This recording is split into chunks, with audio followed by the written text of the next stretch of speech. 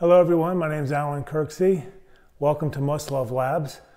On this channel we talk about tools and tips for how to raise, breed, and sell Labrador Retrievers as quality family pets. So if you're new here, you might consider subscribing. In today's video we're going to talk about how to buy a dog for breeding. This is the second video on my series on how to become a breeder, and I'm going to give you 5 good tips for making that purchase. Now I'm assuming that you watched the first video, so you've already answered the question of whether or not you love dogs, and you've already chosen a breed to work with. Let's get into the content.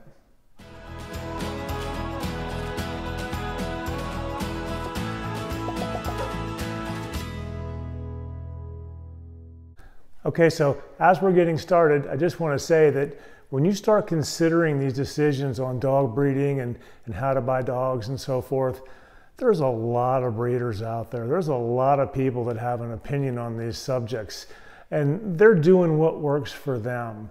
So rather than get into the specifics of how this person does it or how that person does it and then debating those things, I'm not going there.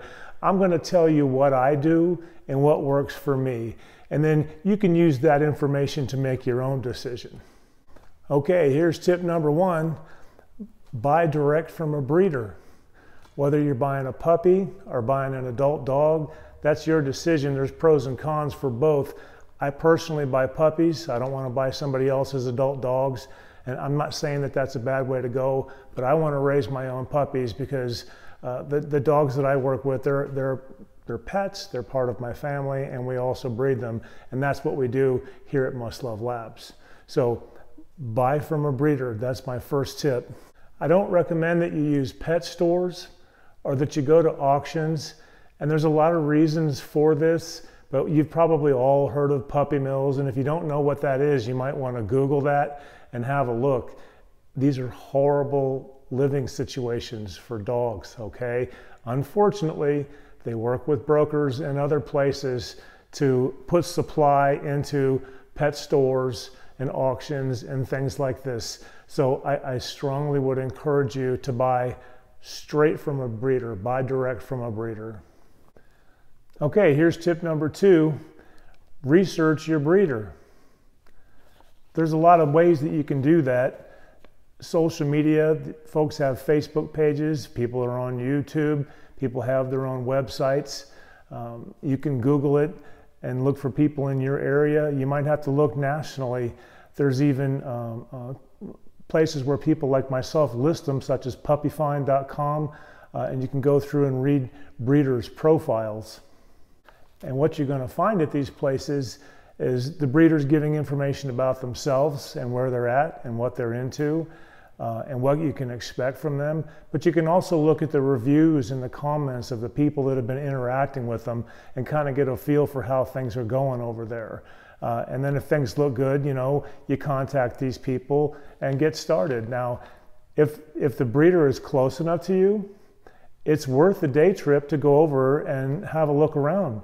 Obviously, you do this by appointment. You call them up and ask them if it's okay to come and let them know that you'd like to see the kennel and meet the parent dogs of the puppies that they're selling. Those are all very legitimate questions. And don't be too surprised, by the way, if they don't actually want you to go into their kennels. These kennels are sanitary. We sanitize them, 3-4 times a day when we've got puppies in them. And you come in with something on your shoe, a parvo or something, and they could lose a whole litter. And breeders know this. So they really don't want you to come up inside the kennel. But it's okay if you come to the facility and have a look around and meet the parent dogs. Those things are normal. And quite truthfully, anybody that doesn't want you to see the parent dogs, that's a little strange. That's a red flag for me.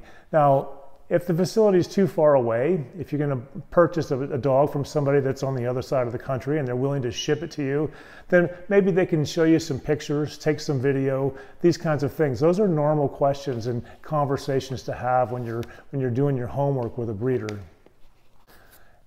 Right up until the point where you give these folks some money and take possession of a puppy, it's okay to walk away.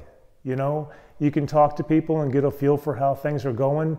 And if something doesn't seem right, if they end up wanting you to not come, but they want you to meet them in a parking lot or something strange like that, just walk away.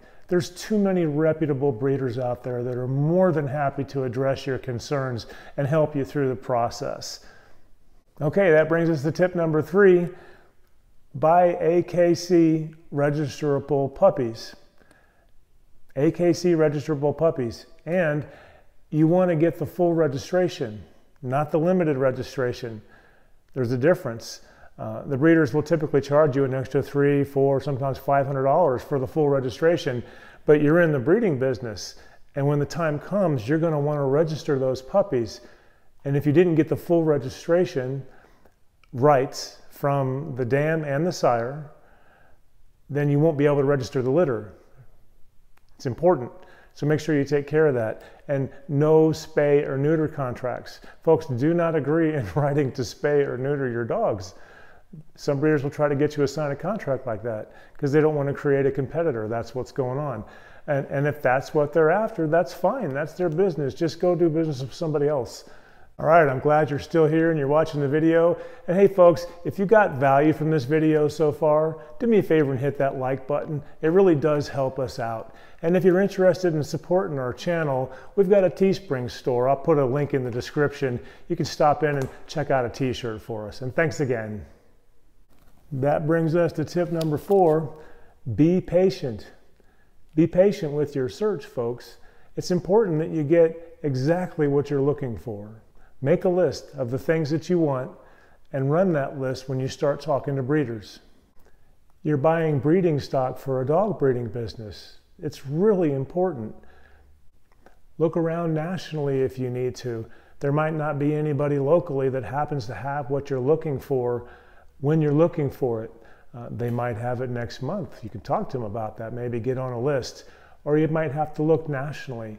A lot of the searches, for instance, puppyfind.com that I use, I'll mention them again, and they don't pay me to say anything, by the way, but they're national. You can look by the state if you want to, or you can look at all the states. That's up to you. But look nationally and be prepared to travel. You might have to take a road trip to go see what's going on and have a look at some dogs, and that's just part of the deal. It's okay to be picky with this.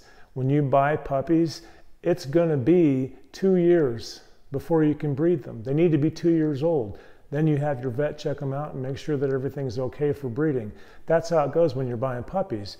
Now, when you buy adult dogs, obviously you don't have to wait around for 2 years, but they're typically more expensive. And there's, like I said, there's pros and cons for that. I may do an adult dogs versus puppies video down the road. But for now, I'm just talking about, remember we said, doing what I do and what works for me, and I buy puppies. And it's a 2-year wait before you can breed them. So be picky and make sure you get exactly what you're looking for. Okay, that brings us to tip number 5. Take your new dog to the vet. As soon as you get home, folks, you need to do this within 48 hours. If there's anything going on with this dog, you need your vet to get eyes on that and identify it as quickly as possible. Now, a good breeder will have done the same thing right before they handed the dog to you. So now you've got 2 vets looking at this dog. Are you with me?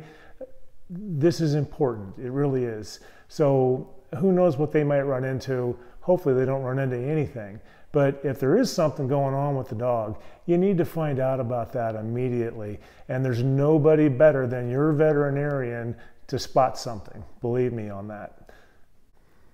Okay, that wraps up my 5 tips for how to buy a dog for breeding. There's more to it than 5 things, but those are good tips to get you going.